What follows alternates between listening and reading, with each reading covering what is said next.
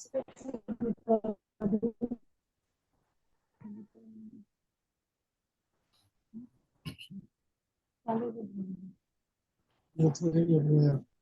अभी जुड़ गए थे लेकिन शायद फिर से डिस्कनेक्ट हो गए हैं।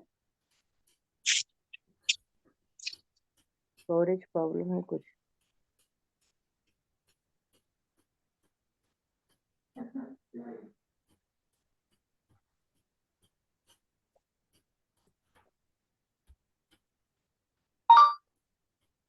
हेलो भैया, सभी को नमस्ते। नमस्ते भैया जी, प्रणाम। हाँ, प्रणाम भैया। हरिहर भैया। भैया हम लोगों के लिए ये, जैसा कि आज कंक्लूसिव सत्र है, अब तक जी। जितनी चर्चा हुई है उसके लिए उसका आज एक तरह से हम लोग कंक्लूजन देखना चाह रहे हैं। और हमें लगता है कि जितनी बातें संविधान के आशय से होनी चाहिए थी वो सब हो चुकी हैं, लेकिन फिर भी अगर कहें तो वो विश्वास अपने में नहीं देखने में आ रहा है कि उस जगह तक पहुंचने का निश्चित स्वरूप अपने लिए कैसे विकसित होना है। तो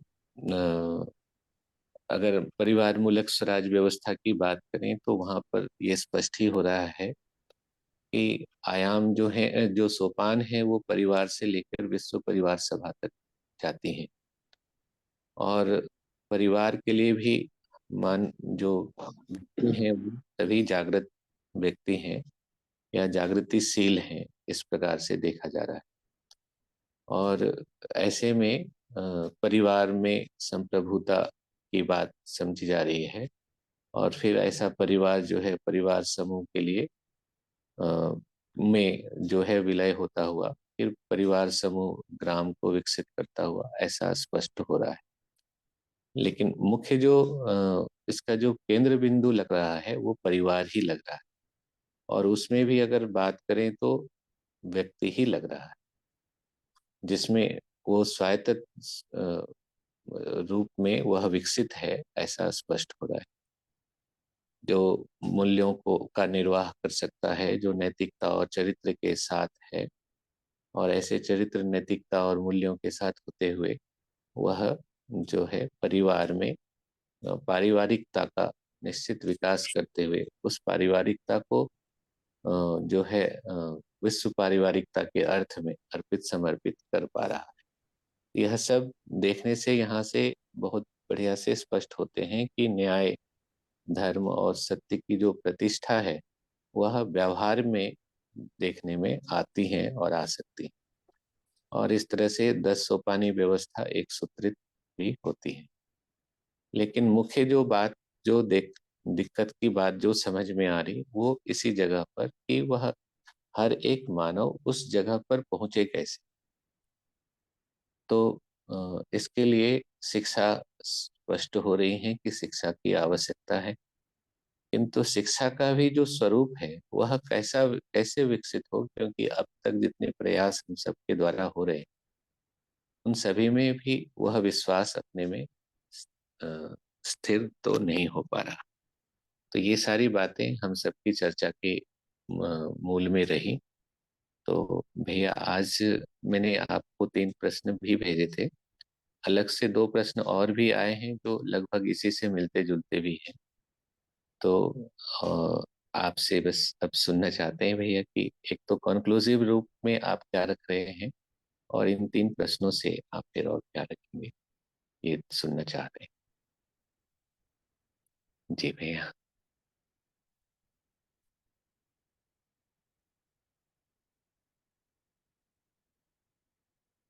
तो भैया चौथा पॉइंट भी बता दीजिए भैया को। तो मुझे ऐसा लग रहा है कि मिलते जुलते तो आ रहे हैं पर कंसाइज हमको टूल्स चाहिए स्वमूल्यांकन के। जी दीदी, मैं सारा शेयर कर दे रहा हूँ। नहीं वो तो मैं पढ़ ली जो शेयर किए थे। ये चौथा मेरा वाला भी लिख दिए है क्या उसमें? नहीं, लिखा नहीं है दीदी, वो आप अभी इस पर बात हो जाएंगी उसके बाद आप रख देंगे। नहीं भैया को भी कमेंट करना होगा हाँ तो ओवर। अभी ही रख लेते हैं जी हाँ भैया। अच्छा, तो रख दूं? हाँ आप रख सकते हैं दीदी, एक हाँ, मिनट भैया से भी पूछ लेते प्रणाम भैया जी। वैसे तो भैया जी ने कहा ही है, रमाशंकर भैया जी ने, कि सारे प्रश्न उसमें हो जाएंगे। मेरा बस ये था कि ये जो परिवार मूलक स्वराज व्यवस्था को हम जो समझ रहे हैं या जो हम अध्ययन कर रहे हैं, पठन कर रहे हैं, तो हम सबका लक्ष्य तो वही है कि हम परिवार मूलक स्वराज व्यवस्था में भागीदारी कर पाए। और उस बहाने जैसे हमें बोल रहे कि शिक्षा संस्कार जागृति का मूल कार्यक्रम है, या जो पांचों आयाम, तो ये परिवार मूलक ग्राम स्वराज व्यवस्था को जब हम समझते हैं और जो अभ्यास करते हैं करेंगे, तो वो क्या टूल्स होंगे स्व मूल्यांकन के, कि हम कैसे जांच पाए खुद का कि दीदी भैया। हमारी कितनी ग्रोथ हुई और आगे कहाँ तक हमको पहुंचना है और उसका तरीका क्या है। तो टूल्स चाहिए उसको जांचने के। जी भैया जी। दीदी भैया लगता है डिस्कनेक्ट हो गए हैं।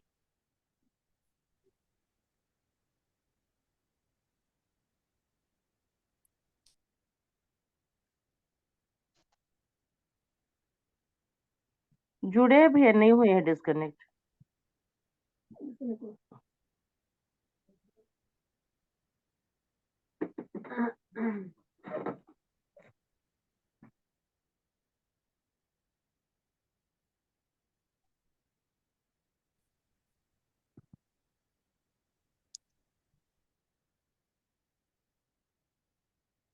हेलो।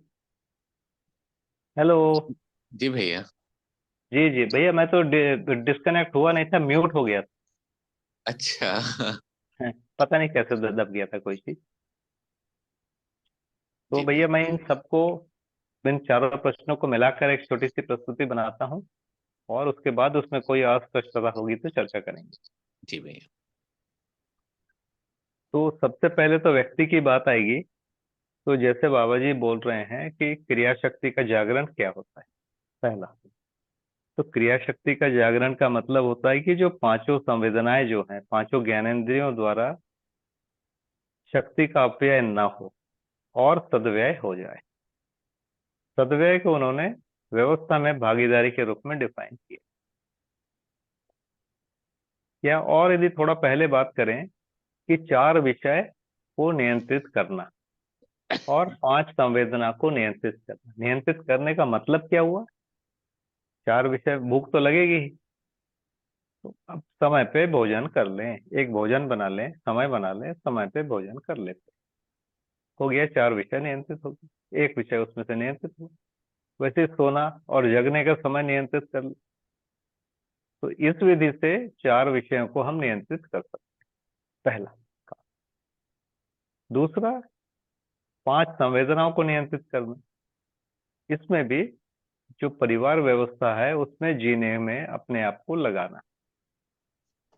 अब इसमें दो प्रॉब्लम आ रही है, मैं जो देख रहा हूँ प्रैक्टिकल। मुझे रोटी कमाने के लिए 5 घंटा 8 घंटा लगाना पड़ता है। तो ये मैं इससे बड़ा झुंझलाता हूँ कि मेरे को रोटी कमाने के लिए 8 घंटा या 6 घंटा लगाना पड़ रहा है, मैं शिविर नहीं ले पा रहा हूँ या मैं अध्ययन नहीं कर पा रहा हूँ। मेरे ख्याल से ये गलत सोच। भाई व्यवस्था में भागीदारी कर रहा हूँ, शिविर से बड़ी चीज है ये, पढ़ने से। और पढ़ना पूरी आजीवन 12 घंटा पढ़ते रहे नहीं होगा। 4-6 महीना हम यदि 8-10 घंटा पढ़ लेते हैं, उसके बाद रोज का 1 घंटा मेरे हिसाब से बहुत है, और उससे अधिक समय निकल भी नहीं। तो ये हमारे मन में एक शंका आ गई है कि मैं पढ़ नहीं पा रहा हूँ, मुझे रोटी कमाने के लिए जूझना पड़ रहा है, या मेरे घर में कोई बीमार है तो मुझे उसमें जूझना पड़ रहा है। तो मैं सोचता हूँ कि मेरा समय चला जा रहा है, इस समय में मैं अध्ययन कर रहा हूँ, बल्कि मैं सदुपयोग कर रहा हूँ अपने तन मन धन का, ये मेरे को मूल्यांकन में नहीं आ रहा। तो कोई भी परिवार में लोग बीमार होंगे और हमको सेवा करना पड़ेगा, और यदि हम सेवा कर रहे हैं तो इसका मतलब यह है कि हम व्यवस्था में भागीदारी कर रहे हैं। तो यहाँ क्या माना जाएगा? मन के रूप में हमको स्वीकार नहीं है, परिस्थिति के रूप में हम कर रहे हैं, ये प्रॉब्लम है। दूसरा प्रॉब्लम है कि कई बार हमको स्वीकार है और हमको अवसर नहीं मिलता है। मान लीजिए मैं स्वधन कमाना चाहता हूँ और मेरे पास स्वधन का जो जायज तरीका नहीं है, जिसको मध्यस्थ दर्शन जायज कहता है, समाज जिसको जायज करता है वो है, वो तरीका नहीं है। और मैं दूसरे विधि से आजीविका कमा रहा हूँ, तो उस जायज विधि में समय कुछ लगाना है, उसके लिए कुछ सोचना है, उसको मैं समय नहीं निकाल पाता। ये दो विधि, दो जो मैं बड़े प्रॉब्लम देख रहा हूँ। हम एकदम से सारे काम छोड़ के उधर कूद जाए तो कुछ भी नहीं होगा। आखिर कोई भी काम छोड़ेंगे, कोई काम तो करना पड़ेगा, स्वधन के लिए लगना पड़ेगा, कैसे आएगा वो? तो शोधन के लिए अभी जो भी प्रक्रिया है उस प्रक्रिया में हम बने रहें और कोई ना कोई एक उत्पादन में डायरेक्ट या इनडायरेक्ट रूप से भागीदार हो जाए। ये अभी जो हम, जैसे हम लोग जैसे खेती करते हैं, खेती बिल्कुल घाटे का सौदा है, इसमें जितना हम लगा रहे हैं उतना हमको तो नहीं मिल रहा है। अब क्या है ये, अब इस प्रकार के जो लोग, बहुत लोग होंगे जिसमें लगे हुए, अब इनके साथ आप भी जुड़ जाइए, थोड़ा सा घाटा होगा तो उसको आप भी झेलिए, क्योंकि किसी जगह पर से आपको यदि मिल जा रहा है पैसा कम मेहनत में अधिक, तो उसको इसमें क्षतिपूर्ति हो जाए। एक भाग मेरे को लगता है कि ये एक लेना चाहिए, कोई ना कोई उत्पादन में भागीदारी करना चाहिए, खासकर वो उत्पादन जो अभी समाज करना नहीं चाहता। जैसे हर किसी को दूध चाहिए, लेकिन गौशाला में काम कोई भी करने को तैयार नहीं है ना। तो ये वाली एक बड़ी चीज आ गई। दो प्रॉब्लम, एक तो उत्पादन में मेरे को समय लगाना पड़ता है, इसमें मैं झुंझलाता हूँ, माने हमारी अभी स्वीकृति ही नहीं बनी है। दूसरा, परिवार व्यवस्था में भागीदारी करना पड़ता है, कोई सेवा करना पड़ता है, उसमें भी मैं झुंझलाता हूँ और मैं कहता हूँ कि ये ठीक नहीं। ये मेरे को लगता है कि हमारी समझ ही अभी स्पष्ट नहीं हुई। तो समझ स्पष्ट होने में ये दोनों भाग ही चाहिए। तो पांचों ज्ञानेंद्रियों द्वारा तन मन धन का, या पांचों जो इंद्रियों का सदुपयोग होना, ये परिवार व्यवस्था में भागीदारी में ही तय होगा। और परिवार व्यवस्था में भागीदारी हो जाए, उसके बाद हमको उससे बड़ी व्यवस्था में भागीदारी करना चाहिए, परिवार समूह, और उससे बड़ी फिर ग्राम। ये एक भाग है। परिवार व्यवस्था में भागीदारी करने में तीन आयाम है: न्याय सुरक्षा, उत्पादन, विनिमय। न्याय सुरक्षा का मतलब परिवार में जो भी संबंधों का निर्वाह करते समय में यदि कोई काम है, सेवा वाला काम है, वो किया जाए, और व्यवहार में जो भी और संभावना बनती है उसमें भागीदारी किया जाए, वो एक काम है। दूसरा, उत्पादन और विनिमय किया जाए। ये काम अनिवार्य काम है। हम क्या सोचते हैं, इन तीनों को हम छोड़ दें और सीधा शिक्षा देने चले जाएं। शिक्षा और स्वास्थ्य संयम चौथा और पांचवा है। माने परिवार व्यवस्था में भागीदारी करेंगे तो ये तीन आयाम है, ग्राम व्यवस्था में भागीदारी कम से कम होगी या मोहल्ला में, तो उस समय दो आयाम और जुड़ेंगे, उसमें शिक्षा और स्वास्थ्य। तो उसके लिए आवश्यक है कि वो व्यक्ति खुद अपने स्वास्थ्य को संयमित करके रखा हुआ हो, और वो व्यक्ति खुद परिवार व्यवस्था में भागीदारी करता। यही व्यक्ति को योग्यता पात्रता है कि वो इसको अध्ययन करा सके। अभी मैं देखता हूं कि इसमें प्रवृत्तियां नहीं बन पा रही है। हमारी प्रवृत्ति वैसे ही चली जा रही है, महत्वाकांक्षा। कोई आईएएस बनना चाहता है, कोई मिनिस्टर बनना चाहता है, उसी प्रकार के कोई अब बड़ा प्रबोधक बनना चाहता है, उसके में ज्यादा लोग आ जाएं, ज्यादा लोग उसका अध्ययन करें, इस प्रकार की सोच हमारी विकसित होती जा रही है, जबकि योग्यता अभी नहीं बन पाई। तो योग्यता बनाने के लिए एक कार्यक्रम करना चाहिए, परिवार व्यवस्था में भागीदारी करना चाहिए, जैसा भी परिवार। फिर इस परिवार व्यवस्था को उस परिवार व्यवस्था में लाना चाहिए जो दर्शन में इंगित किया गया है। एक सीमा तक तो आ ही जाएगा, है ना। तो कुछ समय उत्पादन और सेवा जैसी चीजों में देना चाहिए, अवसर नहीं है तो अवसर बनाना चाहिए। तो ये भैया पूरा कार्यक्रम यहाँ से है, फिर उसके बाद इसके ऊपर की जो बिल्डिंग ब्लॉक बनती जाएगी। तो पहला है यहीं से हमको करना है। अभी जैसे हमारे बच्चे पढ़ते हैं, पढ़ने के बाद वो बड़ी जॉब में जा रहे हैं, बड़ी जॉब में जा रहे हैं, जाना नहीं चाहिए क्या? मेरे हिसाब से देखिए, डॉक्टर तो चाहिए, हमको बीमारी पड़ती है तो कोई ना कोई डॉक्टर होता है, तो कोई ना कोई डॉक्टर तो बनेगा ना। वैसे ही इंजीनियर चाहिए, हम रोड में चलते हैं, कोई रोड बनाने वाला चाहिए, पुल में चलते हैं, कोई पुल बनाने वाला चाहिए। वैसे ही आए दिन हमको इनकम टैक्स और ये सब भरो, वो सब आ जाता है। वैसे ही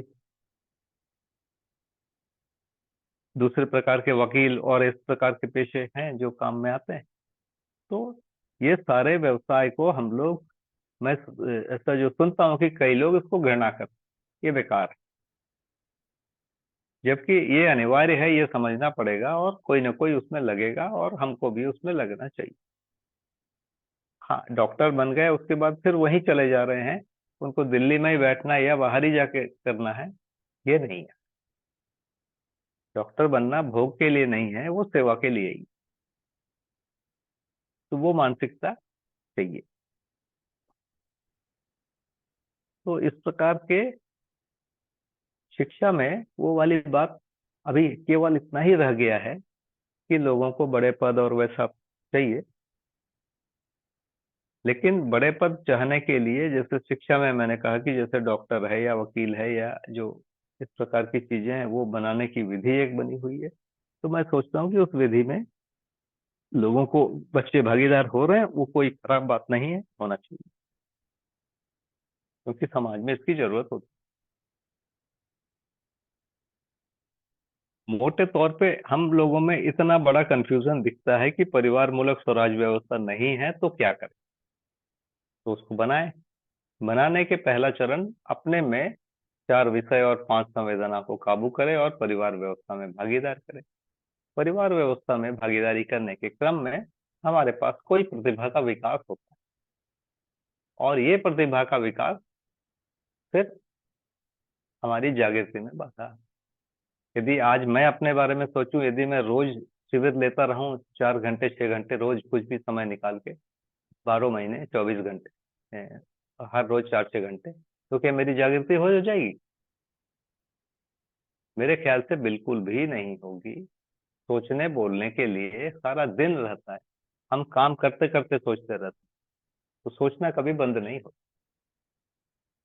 तो जो सबसे बड़ी कमी मुझे दिखती है कि 4 विषय और 5 संवेदनाओं को नियंत्रित करने का एक कार्यक्रम हमको बनाना पड़ेगा अपने लिए व्यक्तिगत। फिर परिवार व्यवस्था में वैसे इनपुट लाने पड़ेंगे कि परिवार में जीने वाले सभी लोगों में कम से कम ये स्वीकार होने लगे, आने लगे, ये अभ्यास होने। अभी उत्पादन की संभावना नहीं है, तो फिर कहीं पर किसी के साथ हम मिलके कोई उत्पादन में भागीदारी कर लें तो हम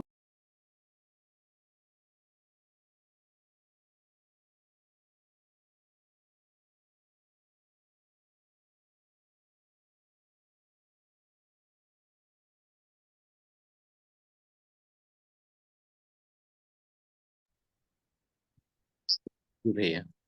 हाँ भैया, कट हो गया था, हाँ। ज्वाइन कर लिया।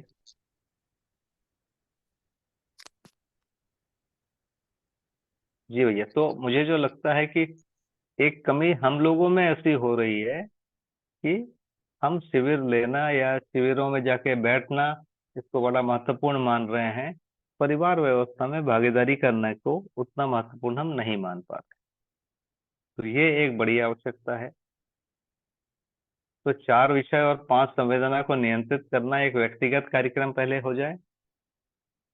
नियंत्रित करने के क्रम में तन मन धन का जो सदुपयोग होगा या 5 ज्ञानेंद्रियों के साथ जो शक्तियों का जो सद्व्यय होगा, वो परिवार व्यवस्था में होगा। और उस पूरी प्रक्रिया में एक बार हमको लगने की जरूरत होती है। जैसे ही हम लगते हैं तो परिवार व्यवस्था इंप्रूव होने लगती है। हमको परिवार में बहुत सारे समय और काम मिलते हैं। तो हमारी किसी विधि में श्रम से, सेवा से अरुचि है। अभी जो मॉडर्न शिक्षा ने हमको श्रम से और सेवा से अरुचि कराया है, और इसको हम बनाए रखना चाहते हैं। और इसको बनाए रखते हुए फिर हम केवल दर्शन को बोलना, इसी को हम कह रहे हैं जीना। तो मेरे हिसाब से ऐसा नहीं है। थोड़ा सा श्रम, थोड़ा सा सेवा को हमको जोड़ना चाहिए और परिवार व्यवस्था को बनाना चाहिए। परिवार व्यवस्था जैसे ही बनता है, इसके बाद जो हम लोक शिक्षा के लिए काम कर रहे हैं, शिविर लेना, उसमें भागीदारी होनी चाहिए, होती है, कर भी रहे हैं। और इसके साथ शिक्षा का एक बड़ा काम है, शिक्षा का मानवीकरण वो करना चाहिए। इसमें सबसे बड़ी प्रॉब्लम क्या है, ये जो पूरी शिक्षा जो बनाई गई है ये ब्रेन कर रहा है, ये माना गया है। और बाबा जी या मध्य दर्शन जो कह रहा है कि वो जीवन कर रहा है। तो एक बड़ा रिसर्च होना चाहिए, जीवन कर रहा है कि ब्रेन कर रहा है, इसको प्रूव करना पड़ेगा। यदि ये प्रूव नहीं होगा तो ये शिक्षा में नहीं आएगा। अभी वैल्यू एजुकेशन में कुछ भी पढ़ा दो, उसका कोई वैल्यू ही नहीं। हम पढ़ा दे रहे हैं, बच्चे क्लास में जा रहे हैं, अटेंड कर रहे हैं, पैसा मिल रहा है, नंबर मिल रहे हैं, चले जा रहे हैं। एक कंपलसरी आइटम है, पहले भी होता था ऐसा, एक फाउंडेशन कोर्स होता था, कुछ पढ़ो और दे दो, उस ढंग से चीजें जा रही। इसमें कोई चीज होगा नहीं। ये तब तक शिक्षा में नहीं आएगा जब तक ब्रेन नहीं नहीं कर रहा है, जीवन कर रहा है, ये प्रूफ नहीं होगा। तो ये पूरे सब्जेक्ट बदले। मानव संस्कार अनुषंगी है कि नहीं, यहाँ पर बड़ा प्रश्न चिन्ह। इस जगह पर रिसर्च की जरूरत है। दो जगह पर मानव संस्कार अनुषंगी है कि वंशानुषंगी है, एक, दूसरा जीवन है या नहीं। इन दोनों पर बड़े रिसर्च की जरूरत है। वो यदि होगा उसके बाद ये शिक्षा में आएगा, नहीं तो शिक्षा में अभी जिस ढंग से कर रहे हैं वैसे ही रहेगा, और ऐसा हजारों साल तक बना रहेगा। इसमें कुछ भी चीज गति नहीं आने वाली। ये मेरा 100% मान्यता है। पूरा ब्रेन की थ्योरी है और ब्रेन करता है। इस जगह पर हमको अभी आने की जरूरत पड़ेगी। तो ये दूसरा बिंदु है जो ध्यानाकर्षण कराना मैं चाहता हूँ। तीसरा, यदि हम शिक्षा का मानवीकरण कर लें तो क्या पहले ही दिन हम वो शिक्षा देंगे जो दिव्य मानव परंपरा में होगी? क्या आज आदमी इसको सुन पाएगा? क्या आज इसको स्वीकार कर पाएगा? मेरे हिसाब से नहीं कर। मुझे लगता है कि इसके चरण बनने चाहिए। पहले चरण में अभी की शिक्षा में हम 5-10% सुधार कर दें, कुछ चीजों को डाल दें, फिर दूसरा चरण आएगा। अब ये दूसरा चरण कब आएगा? अब देखिए, एनईपी 2020 में आया, इसके पहले कब आया था आप देख लीजिए। तो लगभग 20-25 सालों में एक बार समीक्षा कर रहा है देश कि हमने जो 20-25 साल पहले सोचा था उसको अप्लाई करने की कोशिश किया, इम्प्लीमेंट हुआ कि नहीं हुआ, उस पर चर्चा कर। पहली शिक्षा कमेटी है, वो तब से आज तक बोल जा रही है कि मातृभाषा में शिक्षा देनी चाहिए, मातृभाषा में शिक्षा देनी चाहिए।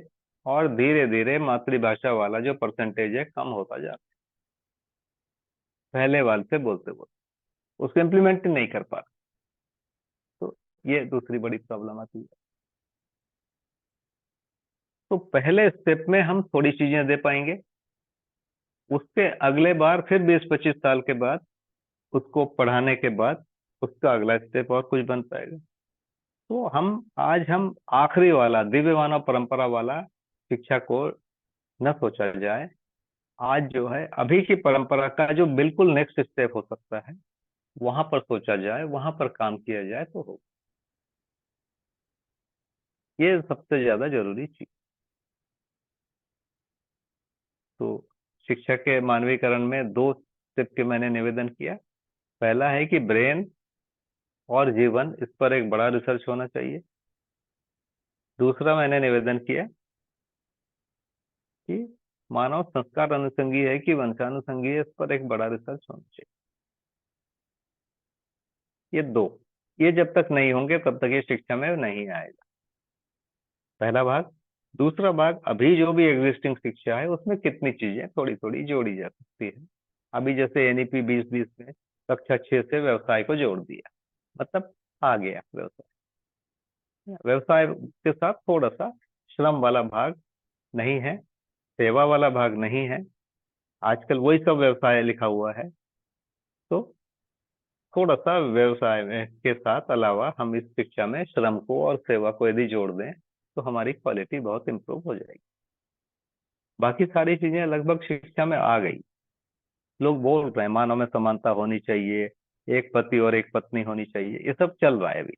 अभी जो मॉडर्न जो शिक्षा दी जा रही है सब जगह पढ़ाया जा रहा है, जो पहले नहीं था। तो ये दूसरा भाग होता है। हम जो शिक्षा में भागीदारी करें।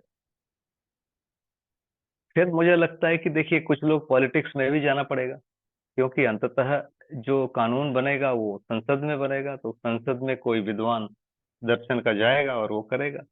तो हम इन सब चीजों से भी परहेज नहीं करें, और संसद का कार्यक्रम अभी हम जो समाज में बोलते हैं उससे भिन्न विधि से होता है। वहां पर प्रस्ताव रखे जाते हैं, उस प्रस्ताव पर चर्चा होती है, लोग उस पर सहमत नहीं होंगे तो कोई बात नहीं होगी, तो एक प्रक्रिया वो होगी।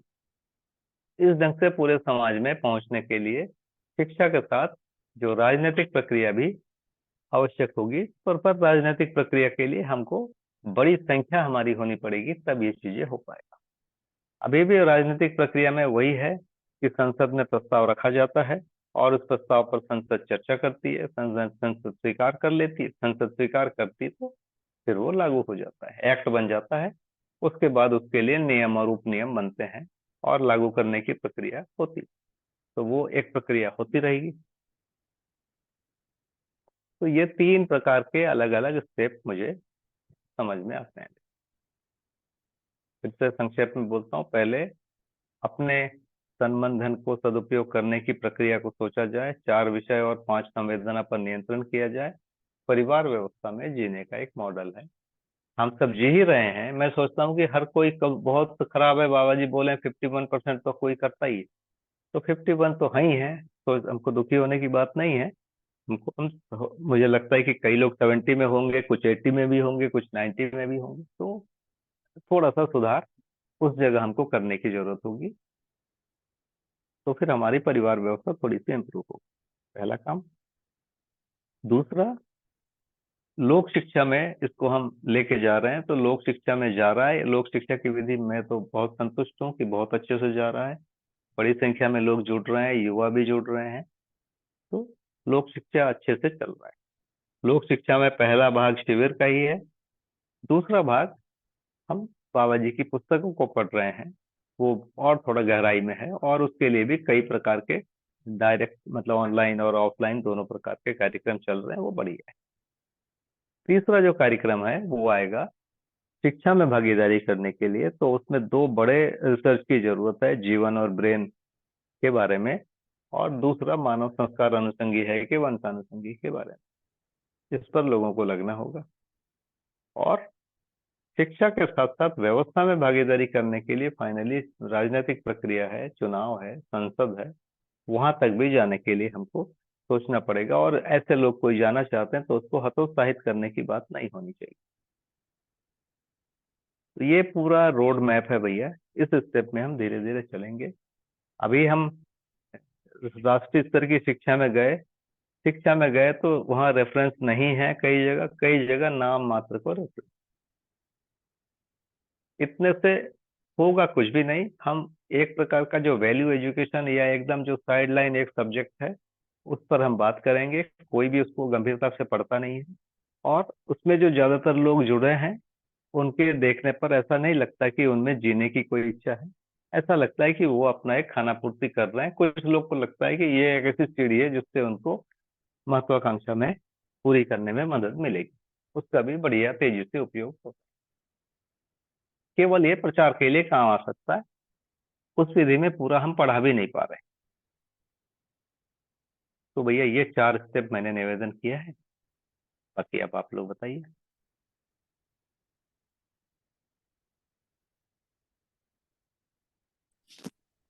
जी। बहुत अच्छा हुआ है। जो स्टेप्स आपने बताए भैया, ये स्टेप्स काफी व्यावहारिक भी लग रहे हैं, और धीरता पूर्वक हमें इस दिशा में विकसित होना है, तभी ये होगा, ऐसा भी समझ में आ रहा है। क्रिया शक्ति जागरण की बात जो आपने रखी है भैया, 4 विषय और 5 संवेदनाओं के नियंत्रण की, तो इस पर भी आपने बताया कि आमतौर पर हम सब लोग ऐसा कर भी रहे हैं। हाँ। और इस पर जो पूर्व में जितनी भी चर्चाएं हुई हैं, जिसमें स्वधन स्वनारी स्वपुरुष दयापूर्ण कार्य व्यवहार को आपने बताया था कि स्वधन पूर्वक आहार का नियंत्रण, स्वनारी स्वपुरुष पूर्वक जो है आगे विषयों का नियंत्रण, इस प्रकार से नियंत्रण को हम यहाँ से देख सकते हैं। तो यह सब जो है हम सब में विकसित होने की आवश्यकता है। तो प्रथम अर्हता जो है, एक अगर देखें, अगर इस तरफ हम विकास चाहते हैं जो अपने में स्वीकार भी हो रहा है, तो अपने में क्रिया शक्ति जागरण की आवश्यकता तो स्पष्ट ही है, जो कहीं ना कहीं जागृत भी होंगी और हैं भी। इस तरफ विकसित होते हुए इसकी एक प्रतिष्ठा हम सबके द्वारा अपने में विश्वास की हाँ, हमारी भागीदारी परिवार में सेवा और श्रम के साथ हो रही है, ये एक अनिवार्य आवश्यकता प्राथमिक रूप में होने की जरूरत स्पष्ट हो रही। और साथ ही हम लोक शिक्षा की तरफ हम विकसित हों, ऐसी आवश्यकता है। और इसमें भी शिक्षा के लिए, शिक्षा को लेकर क्रमवार सुधार की बात है। तो हम अचानक से तो दिव्य मानव के शिक्षा को हम अप्लाई नहीं कर सकते, यह भी बात समझ में आ रही। एक बात जो महत्वपूर्ण मुझे लग रही है भैया, कि जैसे शिक्षा में कहा कि ब्रेन कर रहा है या जीवन कर रहा है, तो लॉजिकली तो इस बात को बढ़िया से देख ही पा रहे हैं कि जीवन वास्तविकता इस प्रकार से प्रभावी होती है। तथापि जो है इसका विश्वास, हमें ऐसा महसूस हो रहा है कि अ, एक साक्षात्कार के कोई बिंदु होंगे या साक्षात्कार के आगे के कुछ बिंदु होंगे जहां से हम जीवन सहज वास्तविकताओं को अच्छे से हम व्यक्त कर पाए, रख पाए। तो इसके आधार से ही मेरा जो हमने कल जो प्रश्न रखा था उसमें ये बात थी कि कैसे साक्षात्कार के बिंदु को कैसे पहचाना जाए, या उसका क्या पहचान है कि हम सब जीवन रूपी सच्चाई वर्सेस जो ब्रेन की बात है उसमें वास्तविक रिसर्च को विकसित कर पाएंगे, और अपने में भी यह विश्वास बना रहेगा कि हाँ, यह ऐसा ही है। इसको थोड़ा आपसे समझना चाह रहे हैं भैया। और तो हाँ भैया, इसमें एक चीज मैं भी जोड़ दूं। भैया ने अभी जितने पॉइंट्स बताए तो वो सेवा और उत्पादन का तो समझ में आ रहा है। परिवार व्यवस्था में भागीदारी की जो बात कर रहे हैं, तो उसको और कैसे माइन्यूटली देख पाए, किस चीज को कहेंगे परिवार में कि हाँ, ये परिवार व्यवस्था में भागीदारी हो रही, वो वृद्ध के स्तर पर, युवा के स्तर पर, पेरेंट्स के रूप में बच्चों को कैसे उसको देख पाए, उसके लिए और कैसे एक सूक्ष्म ऑब्जर्वेशन या ध्यान आकर्षण। जी भैया। दो अलग अलग बात हो गई दीदी। जो रमाशंकर भैया बोले वो थोड़ा दूसरी दिशा में है। ये ये शुद्ध परिवार व्यवस्था में है। रमाशंकर भैया का प्रश्न तो ये है कि साक्षात्कार को कैसे पहचाने। जी भैया, प्रत्यावर्तन साक्षात क्रिया अपने में कैसे पहचान। देखिए, मेरे को एक सूत्र बार बार याद आता है मानव व्यवहार दर्शन का। अपराध के अभाव में आशा का प्रत्यावर्तन। अपराध नहीं करेंगे तो आशा का प्रत्यावर्तन होगा, माने मन वृत्ति में समर्पित होगा। अन्याय के अभाव में विचार का प्रत्यावर्तन। हम अन्याय नहीं करेंगे, न्याय करेंगे, संबंधों का निर्वाह करेंगे, तो विचार का प्रत्यावर्तन होगा। तो संबंधों के निर्वाह के लिए जो पहली कंडीशन है वो आशा का प्रत्यावर्तन होना जरूरी। नहीं तो सीधा विचार का प्रत्यावर्तन कैसे होगा बिना आशा का प्रत्यावर्तन? कभी नहीं है। मतलब हमको अपराध को बंद करना पड़ेगा। पर धन, पर नारी, पर पुरुष, पर पीड़ा यदि है कहीं से उसको बंद करना पड़ेगा, और स्वधन, स्वनारी, स्वपुरुष, दयापूर्ण कार्य को करना पड़ेगा पहला। उसके बिना होगा नहीं, क्योंकि पर धन, पर नारी, पर पुरुष, पर पीड़ा का नाम ही है अपराध। तो ये पहला स्टेप बंद होगा और शुरू होगा अच्छे वाले। इसके बाद दूसरा स्टेप होने, उसके लिए योग्यता बनेगी, पात्रता बनेगी और हम कर पाएंगे। तो दूसरे स्टेप में संबंधों का निर्वाह होगा। तीसरे स्टेप में चित्त का प्रत्यावर्तन। चित्त का प्रत्यावर्तन ही साक्षात, चित्त का प्रत्यावर्तन ही प्रतीति, यही अध्ययन बोध। ये दोनों पूर्व भूमिकाएं हैं। ये पूर्व भूमिका यदि पूरी नहीं हो पाएगी तो साक्षात्कार नहीं होगा। हजारों साल पढ़ लें तो भी नहीं, कभी भी नहीं। है ना, हजारों साल पढ़ ले या बाबा जी से डायरेक्ट सुन ले तो भी नहीं होगा। ये हमारी योग्यता चाहिए, पात्रता है। तो आसक्ति के अभाव में इच्छा का प्रत्यावर्तन होता है। आसक्ति क्या है? अधिमूल्यन और अवमूल्यन। मैं किसी चीज को अधिमूल्यन कर लेता हूं तो आसक्ति होती है, किसी को अवमूल्यन करता हूं माने किसी दूसरे को अधिमूल्यन किया है तो वो भी आसक्ति का प्रकार। तो अधिमूल्यन अवमूल्यन की प्रक्रिया से मुक्त होते सबसे पहला अधिमूल्यन तो शरीर का ही होता। शरीर अधिक महत्वपूर्ण है ये मान लेते हैं। पैसा अधिमूल्यन है, हम सोने को ज्यादा महत्वपूर्ण मान रहे हैं, चावल और रोटी, जबकि सोना कोई काम का नहीं आ रहा है। इस ढंग से हम फंस गए। तो यही फॉर्मूला है, इसी में हमको आगे बढ़ सकते हैं, नहीं तो साक्षात्कार नहीं होगा, पात्रता बनानी पड़ेगी। स्वधन सोनारी स्वपुरुष दयापूर्ण कार्य को करना ही पड़ेगा। जो 72 वाला एक इसमें है मानव व्यवहार दर्शन, जो पहले उन्होंने बाबा जी ने बहुत साफ साफ लिखा था कि यह विश्वास करो कि ये जो स्वधन स्वनारी स्वपुरुष और दयापूर्ण कार्य व्यवहार ये बुनियादी आवश्यक, इसके बिना नहीं होगा। हम कुछ भी कर लें। अब हम अभ्यास की बात करेंगे। हम कौन सा अभ्यास कर रहे हैं? मैं कोई मंत्र का जप कर रहा हूं, मैं अपने विचारों को देख रहा हूं, मैं अपने सांसों को देख रहा हूं, मैं प्राणायाम कर रहा हूं, कुछ भी करें, ये पूरी प्रक्रिया से यदि स्वधन स्वनारी स्वपुरुष दयापूर्ण कार्य वाला आ जाता है तब वो सफल है, यदि नहीं आता है तो कोई मतलब। तो अंततः यहाँ तक यह पहुंचना पहला स्टेप, नहीं तो आशा का ही प्रत्यावर्तन नहीं होगा तो फिर अध्ययन कहाँ से होगा? अध्ययन के लिए तो आशा और विचार दोनों का प्रत्यावर्तन होना है, तब चित्त का प्रत्यावर्तन होगा। तो साक्षात्कार के जो बिंदु हैं वही है स्वधन क्या है, स्वनारी स्वपुरुष क्या है, क्यों है, दयापूर्ण क्या कार्य क्या है, क्यों है, पहला। फिर संबंध क्या है, क्यों है, ये दो संबंधों में क्या अंतर है। मान लीजिए माता और पिता संबंध है और गुरु संबंध है, इसमें अंतर क्या है। भाई बहन और मित्र संबंध में क्या अंतर है, साथी सहयोगी और मित्र में क्या अंतर है, क्या समानता है। इन पूरे जगह पर हमको विचार करना होगा तो ये चीजें स्पष्ट होगी।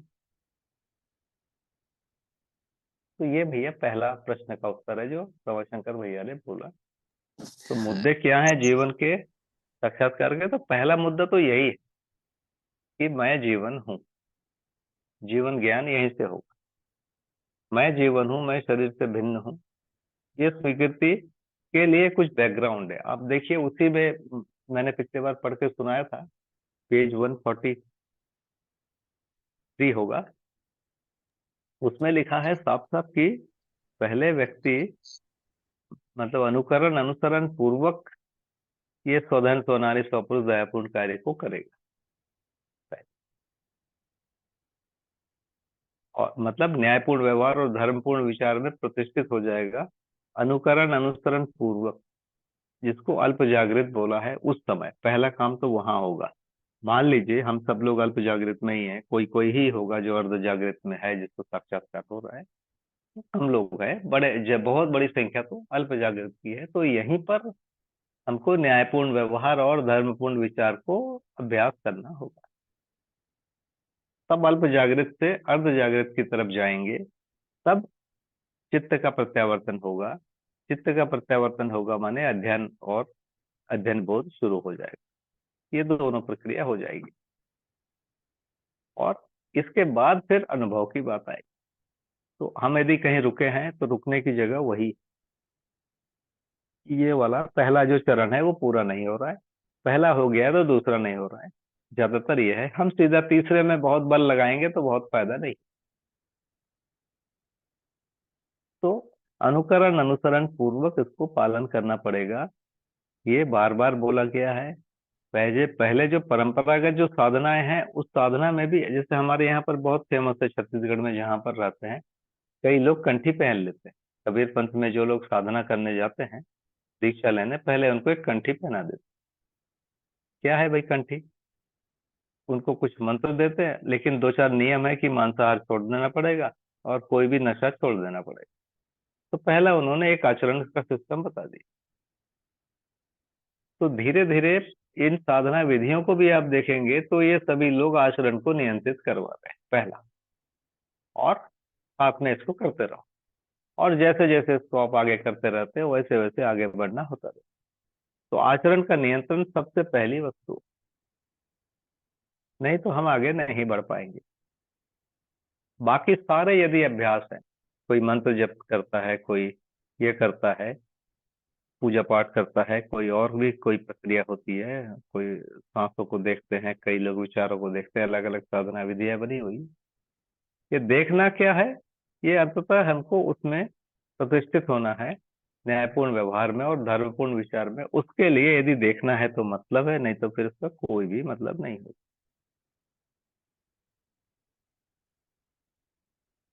तो भैया ये प्रश्न का उत्तर था। मेरे को लगता है गौरी दीदी का भी प्रश्न का उत्तर आ गया है।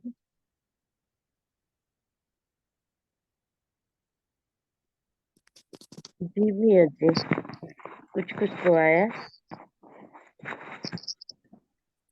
हाँ, बहुत अच्छे से आ गया है भैया। शंकर भाई, थोड़ा सा एक छोटा सा इसमें कंफ्यूजन है, मैं पूछ लो। हाँ हाँ भैया।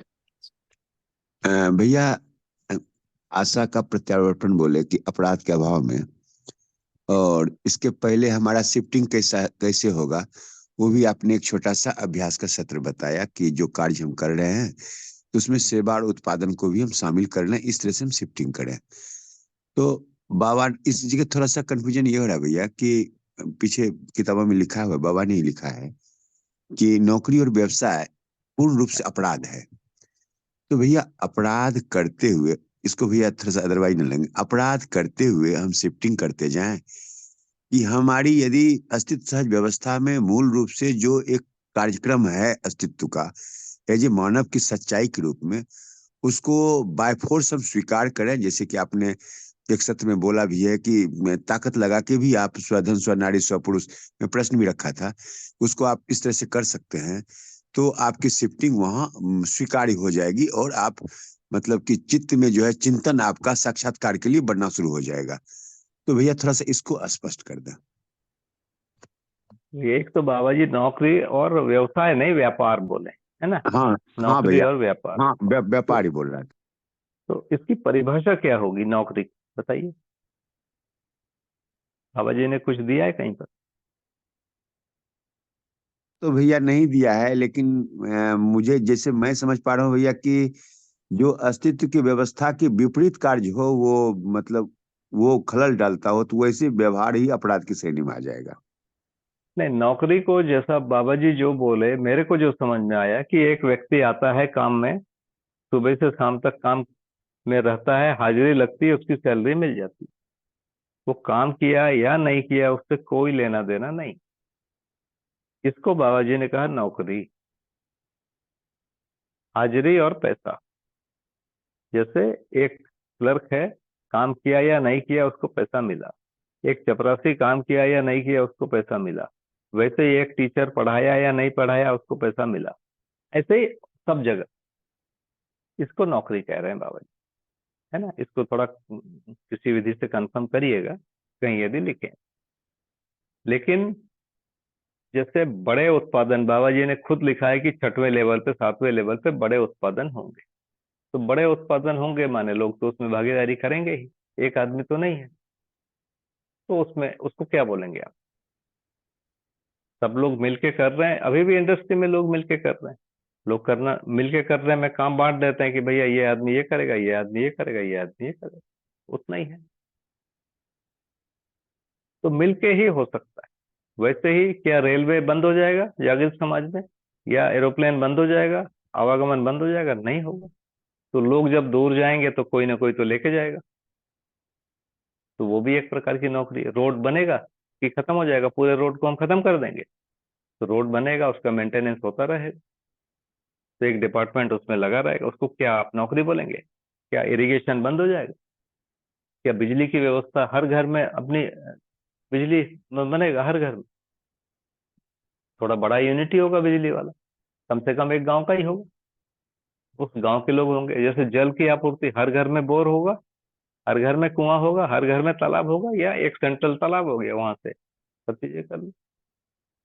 तो जहां भी हम सामूहिक रूप में रहेंगे कुछ लोग करेंगे, यदि कुछ लोग सारा दिन उसमें लगे हुए हैं तो फिर उनको खाने पीने कैसे मिलेगा, या फिर दूसरे विधि से आप उसको पूरा करिए। तो नौकरी इसको नहीं कह रहे हैं, नौकरी को समझना पड़ेगा कि कोई आदमी कर नहीं रहा है, केवल सैलरी ले रहा है हाजिरी लगा के या ऐसा, तो इसको नौकरी कह रहे हैं। और व्यापार जो कह रहे हैं ट्रेडिंग को, मैंने आपसे लिया 3 पैसे में, दूसरे को दे दिया 6 पैसे में या 6 रुपए में, मैंने अपना कुछ भी वैसे उसमें नहीं लगाया। कोई मुझसे पूछता है माल है, मैं कहता हूँ है, कहाँ है, बोला गोदाम में रखा हुआ है। भाई आपके गोदाम में रखा है, उसको मैं कहता हूँ गोदाम में रखा हुआ है। और आपको मैं ऑर्डर दे देता हूँ भैया वहां भेज दो, और आप वहां भेज भेज देते हैं, मैं पैसा बना लिया। तो मैंने केवल इंफॉर्मेशन के आधार पर पैसा बनाया, वो भी कितना बड़ा बनाया, जितना आप बनाए उससे ज्यादा, जितना उत्पादन करने वाला बनाया उससे ज्यादा बना दिया। तो ये भी अनिवार्य काम है।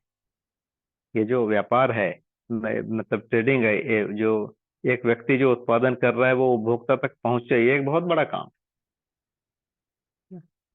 तो अभी इसमें बहुत ज्यादा आदमी ने अलग प्रकार से सोचा है कि ये पैसा कमाने की जगह है। आप पिछले 25 सालों का कोई भी गांव का या शहर का देखिए, उत्पादन करने की प्रवृत्ति लोगों में खत्म हो गई, लोग नहीं करना चाहते, श्रम करने की प्रवृत्ति खत्म हो गई। तो पहला भाग तो ये है। दूसरा, आपने बोला कि क्या कोई अपराध करते करते सही भी कर सकता है क्या? अपराध करते करते सही करने का मतलब, जैसे मान लीजिए उसका जो घर में पैसा जो आ रहा है स्वधन, मान लो वो सही विधि से नहीं आ रहा, तो यदि उसके पास इतना साहस है, कोई दूसरा स्किल है, तो वो छोड़ दे। मान लो अभी कोई स्किल नहीं है, एक इंटरमीडिएट ऐसे पीरियड में है कि कोई स्किल डेवलप करना पड़ेगा, तो उस वो जो करते रहे और साथ में कोई ना कोई स्किल डेवलप कर ले, ये विधि है। तो अपराध करते करते नहीं, अपराध तो कर ही रहा है, अपराध को छोड़ने की भी एक प्रक्रिया होगी ना। कोई अपराध 1 घंटे में छूट जाएगा, कोई 1 दिन में छूटेगा, कोई हो सकता है 1 साल भी लगे, 2 साल भी लगे। तो ये अपन जब पूरे समाज को देखने जाएंगे ना, तो क्या समाज में शराब नहीं बनेगी? समाज में शराब बनेगा, क्योंकि वो औषधि के लिए उपयोगी चीज। वैसे ही तो उसका नियंत्रण भी होगा, हर कोई उसको उपयोग न करने लगे। अभी भी वो सिस्टम बना हुआ है।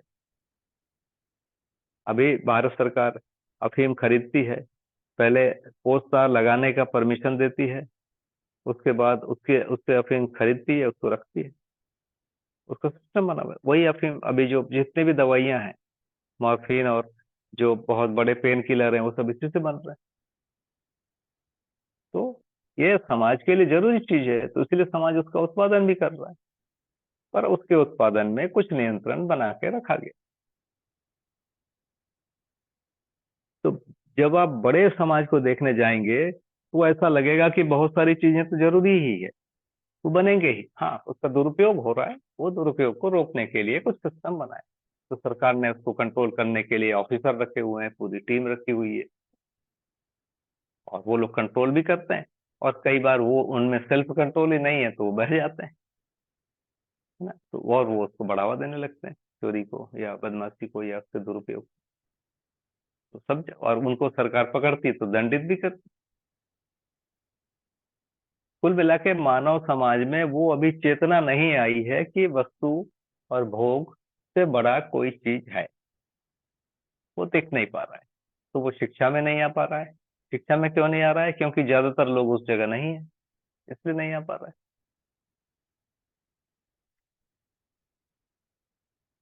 तो ये दूसरी वाली विधि हुई कि अपराध को कैसे छोड़ेंगे। यदि हम अपराध कर रहे हैं, आप मान लो कोई लूट ही कर रहा है, तो उसको तो तुरंत ही छोड़ना पड़ेगा, है ना। लेकिन मान लो कोई दूसरे प्रकार की छोटी गलती है, तो उसको वो वहां ही सुधार सकता है, तो सबसे अच्छा। जैसे समाज में शिक्षक नहीं रहेंगे, कि आज तो शिक्षक रहेंगे, उसको सैलरी मिले या ना मिले एक अलग बात, तो शिक्षक तो रहेंगे ना समाज में। तो शिक्षा देना कोई गलत काम नहीं है। शिक्षा देने के बदले शायद पैसा मिल रहा है और बहुत ज्यादा मिल रहा है, मान लो, तो यदि बहुत ज्यादा पैसा मिल रहा है, तो जितना अपने लिए आवश्यक है उतना सदुपयोग किया जाए, अपने लिए, बाकी को कहीं और सदुपयोग कर सकते हैं, उसको सोच सकते हैं सदुपयोग विधि को, है ना। और शिक्षा के साथ कोई ना कोई उत्पादन वाला काम यदि हम कर सकते हैं तो करना चाहिए। डायरेक्ट नहीं कर सकते तो इनडायरेक्ट करना चाहिए। अकेले नहीं कर सकते, किसी के साथ मिलकर करना चाहिए। तो भैया इतना मेरी ओर से था। बताइए, बात पहुंची बहुत कि नहीं आपको? बहुत सुंदर हो गया भैया, धन्यवाद भैया। जी जी। भैया मुझे तो लग रहा है कि आज सही में कॉन्क्लूसिव चर्चा हो रही है, काफी सुंदर हो रहा है। जहाँ जहाँ गैप्स हैं उन सबको हम अब आइडेंटिफाई कर पा रहे हैं। निश्चित अच्छा हो रहा बहुत ही बढ़िया भैया। पहली बार नौकरी के ऊपर इतनी स्पष्टता से कोई बात आई है, और हर चीज की। अभी तक तो जब भी चर्चा होती है तो यही मैसेज आता है कि कृषि गौपालन ही करना है और बाकी कुछ भी नहीं करना है। जो कर रहे हैं तो और उनको ये भी कि अच्छा, आप जीवन विद्या वाले और आपके बच्चे नौकरी कर रहे हैं, आपके बच्चे कर रहे हैं। तो मुझे तो ऐसा लग रहा है कि हम सबको बहुत गहराई से इन चीजों को समझने की जरूरत है। और सही चीजें संप्रेषित नहीं होती है जब युवाओं में, तो वो कहीं न कहीं फिर इससे थोड़ा-सा दूरी वाला भी मानसिकता बनती है युवाओं की। और आपने जिस तरह से अभी स्पष्ट किया, तो इसमें तो सबकी सहमति होगी ही, और ऐसा किया ही जा सकता है। जैसे आपने शिक्षा की ही बात कही कि हम केवल अटेंडेंस लगा के आ रहे हैं, कि अब वहाँ पर न्याय कर पा रहे हैं बच्चों के साथ, जितनी जो स्थितियाँ हैं। बहुत ही बढ़िया भैया, धन्यवाद। इन प्रश्नों से भैया मैं 7 साल से जूझ रहा था। अच्छा। है।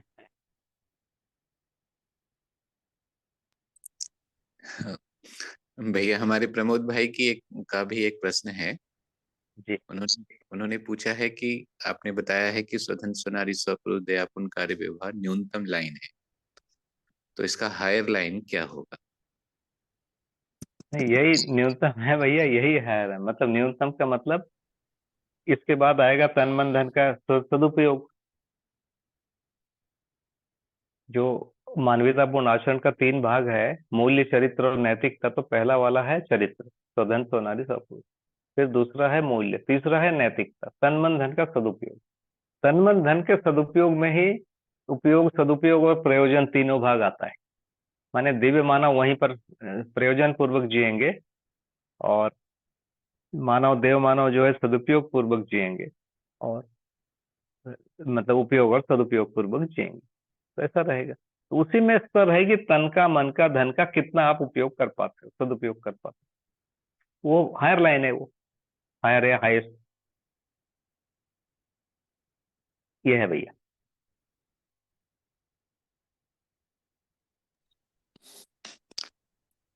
जी भैया बहुत सुंदर। एक सत्र में भैया आपने रखा भी था कि स्वधन स्वनारी स्वपुरुष दयापुन कार्य व्यवहार करते हुए आगे हम ऐसनाओं की तरफ, जिसमें 4 विषय 5 संवेदनाओं का नियंत्रण है, फिर इस तरह से हम आगे वेसनाओं की तरफ हमारा विकास, और फिर ऐसनाओं में भी जो है लोकेशना की तरफ हमारा विकास, और पुनः प्रामाणिकता की तरफ विकास। इस तरह से इसको आपने एक दिन हम सबके बीच रखा था भैया। जी तो भैया। अंतिमतः स्वधन स्वनारी स्वपुरुष दयापूर्ण कार्य व्यवहार का प्रामाणिक स्वरूप तक पहुंच जाना, ये इसका हायर लाइन आप बता रहे हैं, ऐसा है ना? जी भैया। तो आज मुझे लगता है भैया काफी बढ़िया बात हो गई है। हर जगह के गैप्स काफी भर रहे हैं या भर गए हैं। हमें उस पर विशेष शोध करके उस पर काम करने की जरूरत है। फिर भी अब मैं पूछता हूँ सभा से कि अगर किन्हीं का कोई प्रश्न है तो। रमाशंकर भाई, एक छोटा सा प्रश्न है मेरा। और भैया, अभी सेवा और उत्पादन को आपने बहुत अच्छा से रखा कि सेवा कैसे शिफ्टिंग होना चाहिए परिवार में मूल्यपूर्वक, उत्पादन में हम कैसे शिफ्टिंग करें, डायरेक्ट इनडायरेक्ट, ये तो खूब अच्छा से। थोड़ा सा भैया, उत्पादन के बाद वस्तु जो हमारे पास आती है, वितरण को थोड़ा सा स्पष्ट कर दें। वितरण की क्या भूमिका रहनी चाहिए और कैसे वो मतलब मूल्यपूर्वक हो जाए, और कैसे हमारा शिफ्टिंग भी हो जाए ठीक ठाक से, इसको थोड़ा सा भैया रख दीजिए। ये एक सामान्य है कि किसी की हम शादी में जाते हैं, गिफ्ट देते हैं, जन्मदिन होता है उसमें गिफ्ट देते हैं, देते भी हैं लेते भी हैं। तो समाज में पहले से बनी हुई एक व्यवस्था है। तो उसी को वितरण कहते हैं। अब जैसे हमारे यहाँ बहुत ज्यादा टमाटर हो गया, तो हम क्या किए, बांट दिए।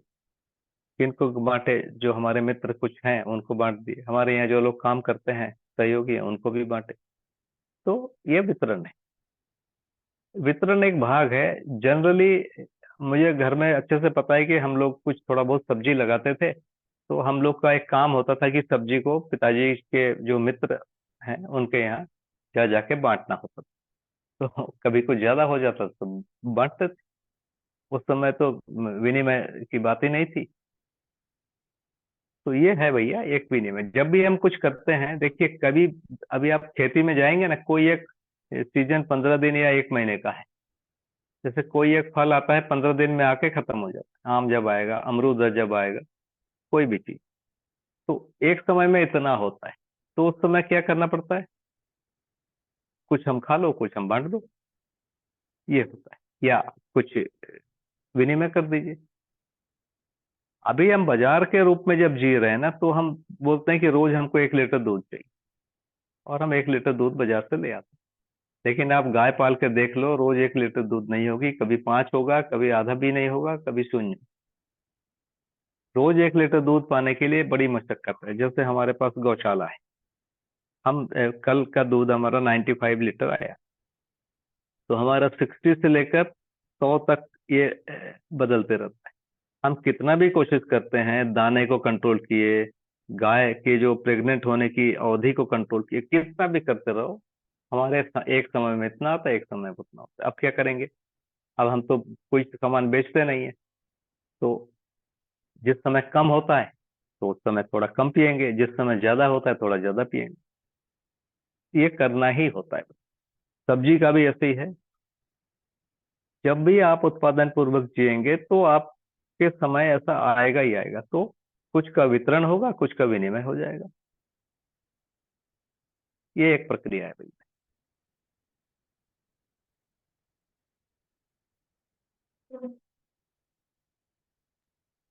लक्ष्मण भाई आपको कुछ पूछना चाह रहे थे? जी लक्ष्मी भैया, आप अपना प्रश्न रख सकते हैं भैया। जी भैया, सबको नमस्कार। हाँ, साधन भैया प्रणाम। आपसे प्रणाम ये भैया। ये क्रिया शक्ति के साथ में इच्छा शक्ति और एक बार ज्ञान शक्ति को है भैया, उसको भी एक बार थोड़ा सा रख दीजिए ना, ताकि पूरा बिल्कुल।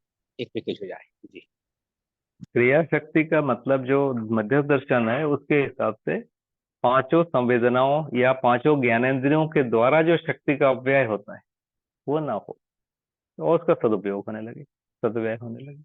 जैसे मैं टीवी देखने में बहुत समय लगाता हूँ, या गाना सुनने में बहुत समय लगाता हूँ, या बहुत सारे स्वादिष्ट व्यंजन थोड़ी थोड़ी देर में खाते रहता हूँ। ये क्या है, अपनी शक्ति को उसी में खत्म कर दे रहे हैं। उसके जगह इसको लगाएं। कहाँ लगाएं, तो परिवार व्यवस्था में भागीदारी करने के लिए लगाएं। वहां से लेकर विश्व परिवार व्यवस्था में भागीदारी करने में कहीं लगे। यह है क्रिया शक्ति का जागरण। क्रिया शक्ति का जागरण हो गया माने अब वो अपव्यय बिल्कुल नहीं करता है, केवल सदव्यय करता है। इच्छा शक्ति का जागरण मतलब है व्यवस्था में जीने की इच्छा हो जाती है। इच्छा शक्ति का जागरण में व्यवस्था में जीने की इच्छा हो जाती है। तो उसके पहले क्या हो रहा है, व्यवस्था में जीने की इच्छा नहीं है। मेरी महत्वाकांक्षा है कोई, कि मैं कलेक्टर बन जाऊं, या मैं प्रधानमंत्री बन जाऊं, या मैं कोई टीचर बन जाऊं, या डॉक्टर बन जाऊं। ये महत्वाकांक्षा होती है, वहां तक पहुंचना। डॉक्टर बन जाऊं तो मैं सोचता हूँ कि मेरे पास ज्यादा पेशेंट आने चाहिए, मेरे पास ज्यादा पैसा होना चाहिए, मेरा हॉस्पिटल बड़ा होना चाहिए। हमारी सोच की दिशा दूसरी हो गई। जबकि डॉक्टर का काम क्या है, समाज में लोग बीमार नहीं होने चाहिए। यदि कोई बीमार आया तो बहुत जल्दी ही पहले स्टेज में आ जाए, और वो कम से कम में ठीक हो जाए। उसका भी शरीर की क्षति कम हुई, औषधियों भी कम बल लगा, दूसरों को सेवा भी कम करना पड़ा। तो पूरी व्यवस्था की एक समझ हो जाए और उस व्यवस्था में भागीदारी करे। यह है इच्छा शक्ति का जागरण। व्यवस्था की समझ और व्यवस्था में भागीदारी की। तो क्रिया शक्ति में तन मन धन का सदुपयोग के लिए अवसर आ गया, हमारे पास पात्रता आ गई, लेकिन उतना अकल अभी नहीं है कि पूरी व्यवस्था में लगा, पूरी व्यवस्था की अभी समझ नहीं। तो इच्छा शक्ति का जागरण का मतलब है मानवीय व्यवस्था की समझ हो जाए और उसमें चीजों को नियोजित करने का चीज बनता है। ये दूसरा है। तीसरा ज्ञान शक्ति का जागरण। ज्ञान शक्ति का जागरण को जो मध्य दर्शन कह रहा है वो है अनुभव और प्रमाण। अनुभव को क्रिया पूर्णता बोल रहे हैं, प्रमाण आ गया तो उसको आचरण पूर्णता बोल रहे हैं। तो इसमें दो भाग है ज्ञान शक्ति जागरण में। फिर से जैसे मानव वंशानुसंगी है कि संस्कार अनुसंगी, तो उत्तर आता है कि मानव संस्कार अनुसंगी। जीवावस्था वंशानुसंगी है कि संस्कार अनुसंगी है, तो जीवावस्था वंशानुसंगी। तो देखिए बहुत ध्यान से थोड़ा तो सुन लीजिए कि जीवावस्था के दो ग्रेड है। एक ग्रेड है जहां शरीर है जीवन नहीं है, वो भी जीवावस्था है, जैसे कीड़े मकोड़े। और एक ग्रेड है जहां जीवन और शरीर दोनों, ये दोनों ही वंशानुसंगी है, मतलब ब्रेन के हिसाब से चलते हैं, जीवन के हिसाब से नहीं चलते। जहां जीवन नहीं है वहां वो ब्रेन के हिसाब से ही चलता है, और जहां जीवन है वहां भी वो ब्रेन के हिसाब से चलता है। इसका नाम है वंशानुसंगीता। तो वंशानुसंगीता के दो पार्ट, पहला वाला बिना जीवन के है लेकिन ब्रेन के अनुसार चल रहा है, इसीलिए वंश उसका प्रमाणित हो रहा है, इसीलिए वंशानुसंगी बोल रहे हैं।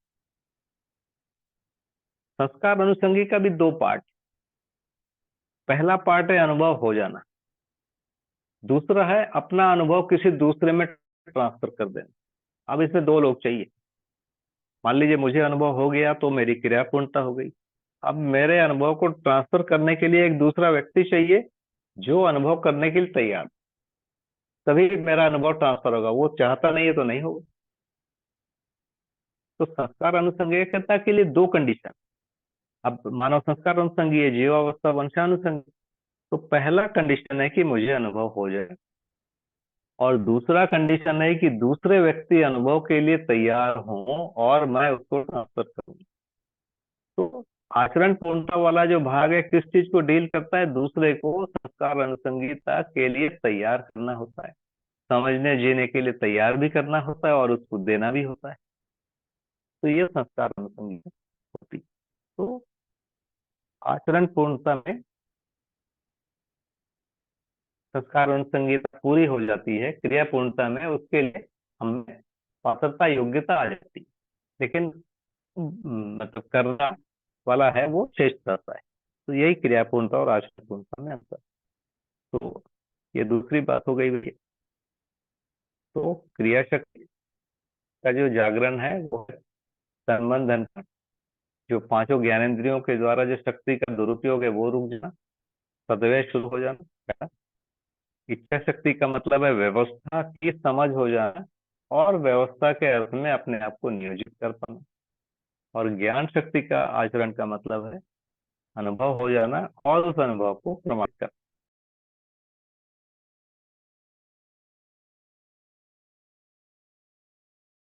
जी भैया, बढ़िया भैया।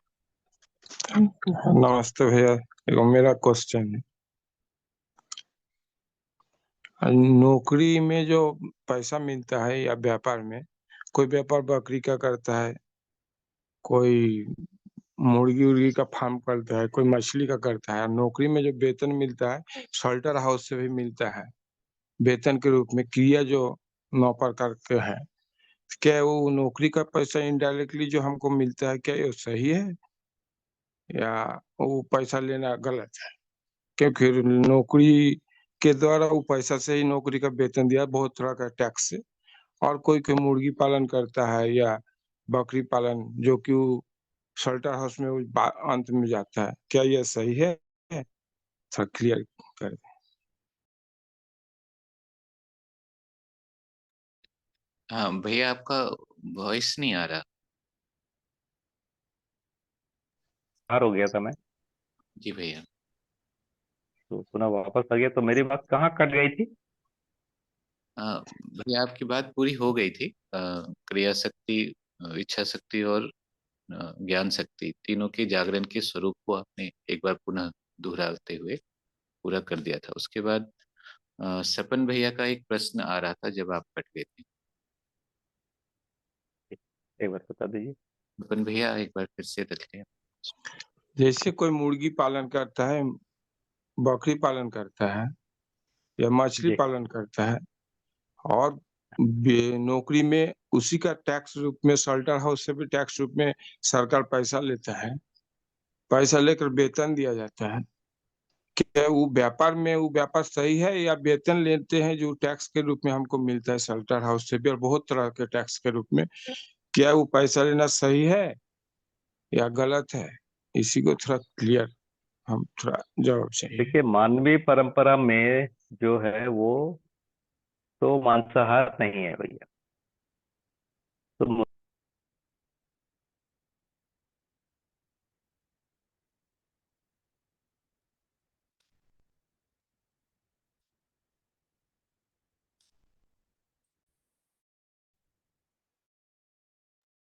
भैया आवाज नहीं आ रही। भैया डिस्कनेक्ट हो गए हैं, अभी कनेक्ट हो रहा है माइक उनका।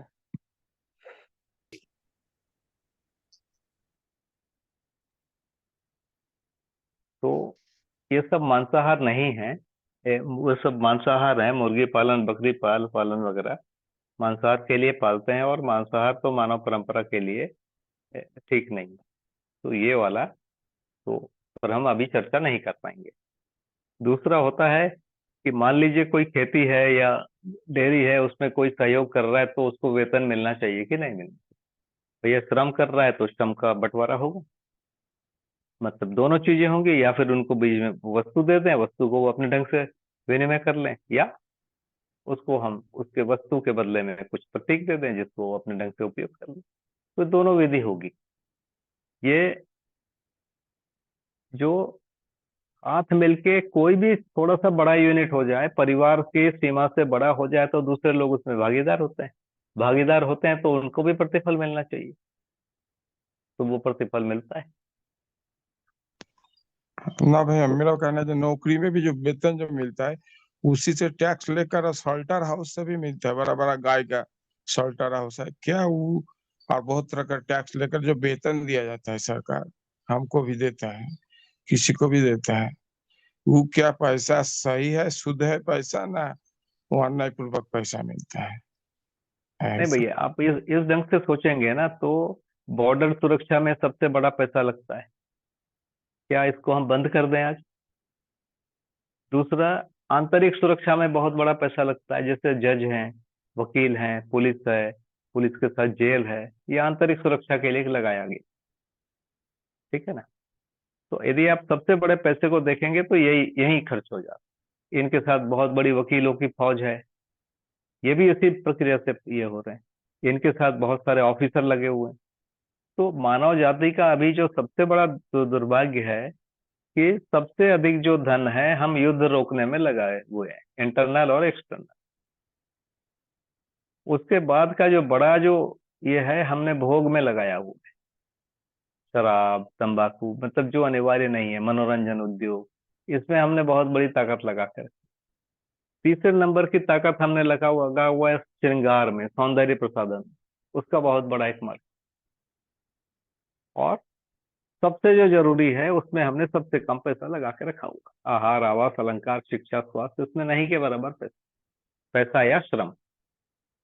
कितने व्यक्ति हैं जो अपने स्वास्थ्य के लिए रोज थोड़ा सा समय निकालते हैं? कोई नहीं निकाल रहा है।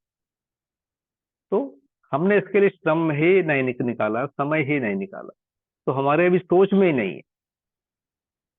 तो अब हम कहाँ से करेंगे? अब उतनी बड़ी व्यवस्था को हम दोष देकर हम अपना काम बंद कर देंगे, वो भी नहीं चलेगा। उस व्यवस्था में अपने तरीके से सुधार हो रहा है ना? ऐसा नहीं है कि सुधार नहीं हो रहा है। आप 100 साल पहले देखिए, अलग प्रकार की चीजें, अभी 50 साल पहले अलग हो गया, तो उस जगह पर भी सुधार हो रहा है। सुधार की प्रक्रिया लगी हुई है, लेकिन जब तक लोगों में सुधार रखना चाहेंगे तो वो होगा, लोग ही नशा करना चाहेंगे तो होगा, है ना? तो लोगों के सुधार के लिए जो प्रक्रिया है वो शिक्षा में नहीं आ पा रही है, बल्कि शिक्षा, अभी की शिक्षा ने पिछले 50, ये पर सुखी परिवार, हम दो, हमारे दो, 3 पीढ़ी का परिवार की नाम ही नहीं है। इन स्लोगन से धीरे धीरे परिवार खत्म हो गया। तो इस शिक्षा ने परिवार को खत्म करने का काम किया, श्रम को खत्म करने का काम किया, सेवा को खत्म करने का काम किया। अब ये जब बनेगा तो उसके साथ ठीक हो। अभी देखिए फिर से आ गया कि भाई नहीं, व्यवसाय को शुरू से ही लाओ। तो लोग सोच रहे हैं, परिणाम को देख रहे हैं।